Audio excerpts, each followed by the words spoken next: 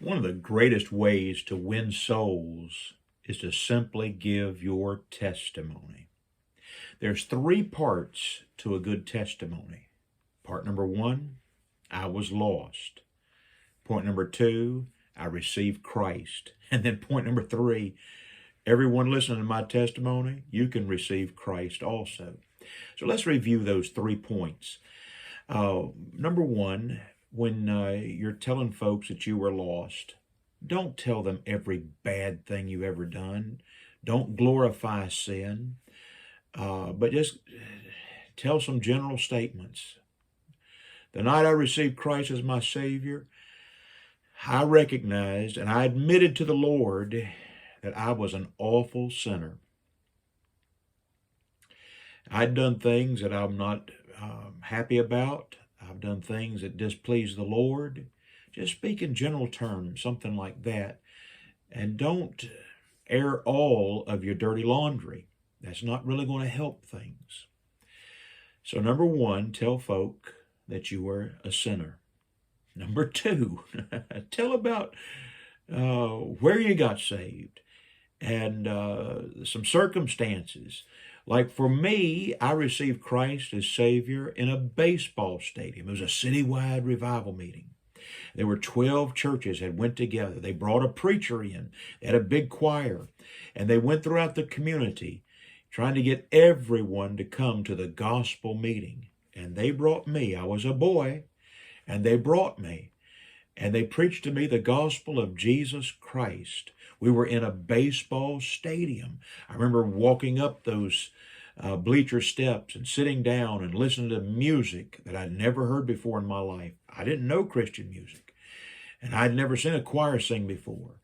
But all that happened the very night that I received Christ as my Savior. And I can tell you that the first time I ever heard preaching in my life, the preacher preached an entire message on hell. I wanted to be saved that night, but I did not go forward and receive Christ. But the next night, by the grace of God, I was back in the meeting. And this time, the choir again got up and sang, and congregational singing took place. We're back in that same baseball stadium. But this time, the preacher preached on the crucifixion of Jesus Christ. It was a Thursday evening. And at invitation, I went forward, and a man took the Bible and led me to Christ. And that's my testimony of how I, Byron Fox, received Christ in 1972, about 50 years ago. And so you, number one, tell folk that you were lost. But number two, tell folk how you received Christ. Tell about the circumstances, where you were. Tell a little bit about it. But number three, always when you're giving your gospel testimony, tell folk that they can also be saved and that they need to be saved. Everyone needs to be saved, everyone can be saved, and everybody gets saved the same way. You hear me say that a lot. But practice giving your testimony, really, at your house, in your car, someplace. Find you a spot and practice giving your testimony. Perhaps write it out and prepare yourself so that you can effectively give your testimony in different time lengths. I stopped at an insurance agency one time, and the president of this insurance agency, he had all of his staff together. He said, "Would you like to tell our staff anything today?" I said, "Yes. May I have 7 minutes?" He said, 7 minutes? I said, "Yeah, I need 7 minutes if you'll let me." He said, "Okay, you got the next 7 minutes." In 7 minutes, I told them all about the greatest evening in my life, the night that I received Christ as my Savior. And one time I stopped by a fire station, and I was inviting them to come to the evangelistic meeting I was preaching.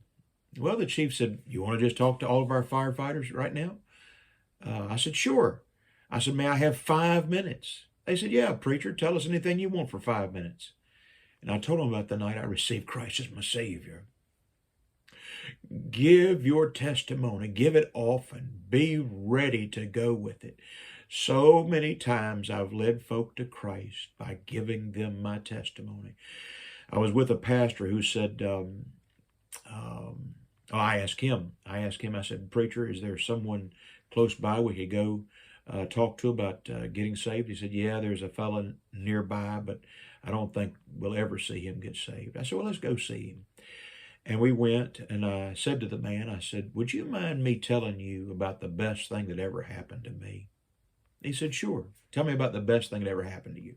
I told him about getting saved. And I said to him, I said, "Now, sir, wouldn't you like to receive Christ as your Savior?" And that man said, "Yes, I would." I said, "Well, the pastor here is going to lead you to Christ." And the pastor led him to Christ. One time out soul winning, I gave a man my testimony. Then I got the Bible out and I let him read to me the scriptures, how a man could be saved. And I said to him, I said, "Could you try to explain those verses to me?" Well, he began to tell me how a person gets saved based on those scriptures. I said, "Well, based on what you've just read to me and what you explained to me," I said, "what do you need to do?" That man said, "Well, according to what I've just read, I need to be saved." I said, "Yes, sir, you need to be saved." That time I gave him a testimony and let a man read the scriptures to me, and he was gloriously saved. Look, friends, share your testimony. Tell others about Jesus. You cannot witness to the wrong person. Write your own gospel tract. Get it printed and give it out. Give it to folk and say, "Look, here's a little something I wrote that it might be of help to you."